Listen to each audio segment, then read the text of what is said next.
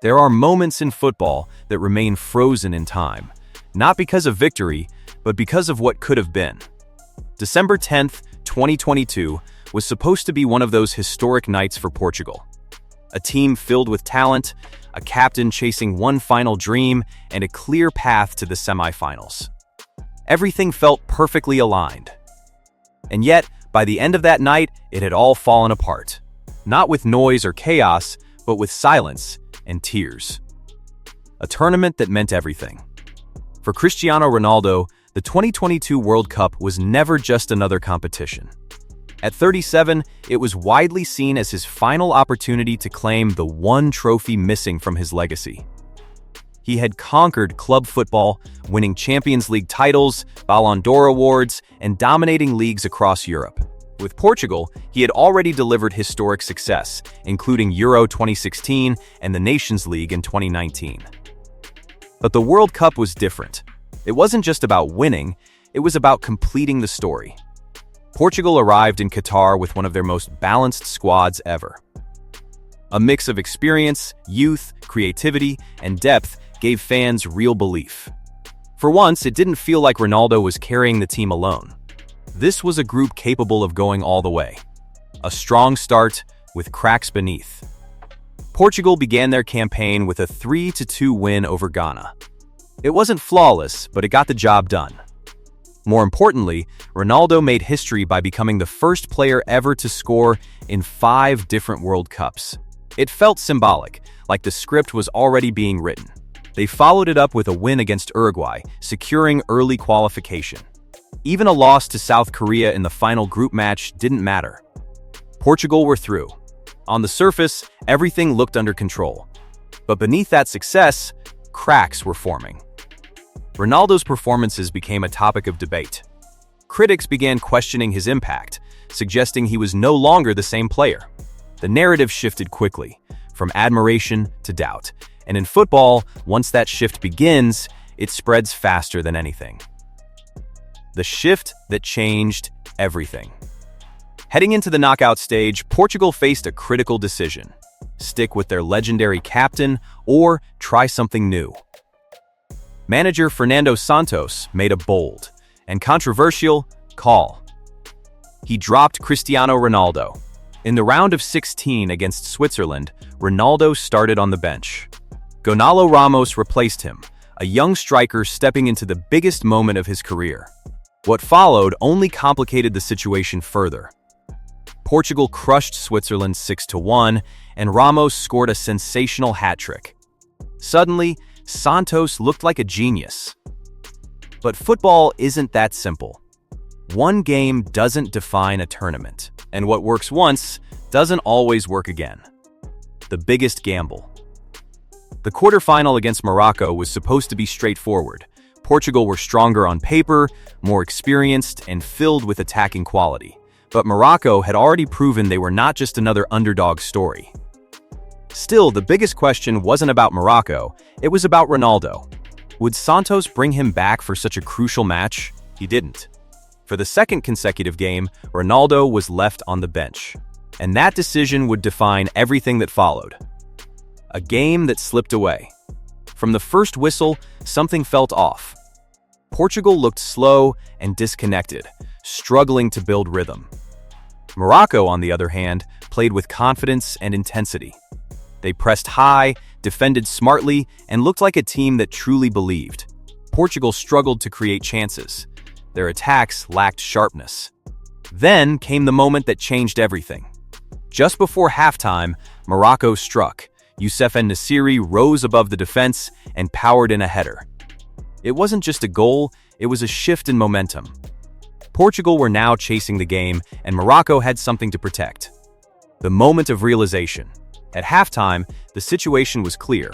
Portugal needed something different. They needed leadership, presence, and belief. They needed Ronaldo. But he remained on the bench. As the second half began, urgency increased, but structure didn't improve. Morocco stayed disciplined, compact, and dangerous on the counter. Finally, just minutes into the second half, Santos made the call. Ronaldo was brought on, but by then, Portugal were already under pressure. A different Portugal. Too late. The moment Ronaldo entered the pitch, everything changed. Portugal suddenly looked sharper, more aggressive, more alive. Their attacks carried purpose. Morocco were pushed back, forced to defend deeper than before. Chances began to appear.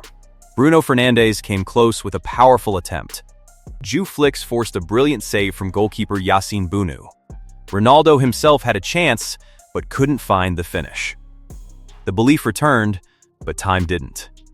The clock becomes the enemy. As the game moved into its final stages, desperation grew. Portugal threw everything forward, searching for that one moment to save their tournament.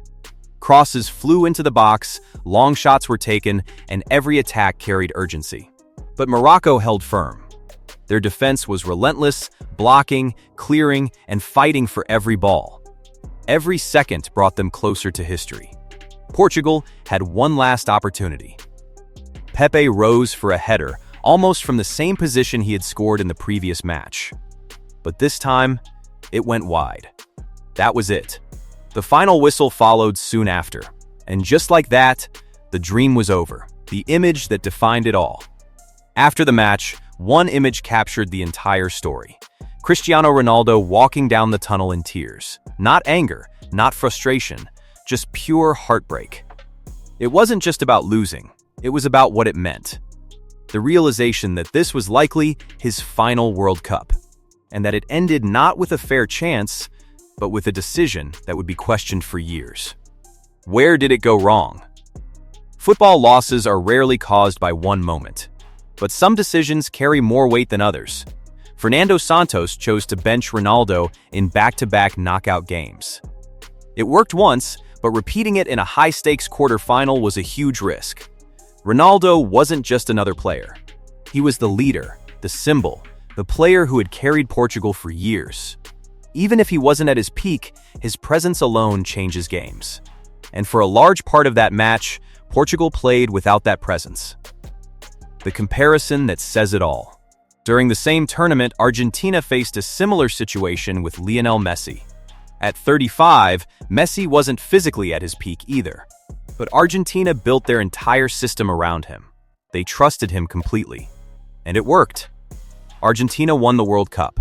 Messi lifted the trophy. Portugal chose a different path. And the outcome was very different. A quarterfinal exit and a lingering sense of regret. The end, or just another chapter. After the tournament, Portugal made changes. Fernando Santos was replaced, and a new era began. But Ronaldo didn't fade away.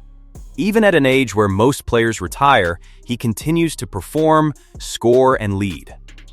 Because that's what defines him. He doesn't follow expectations, he breaks them.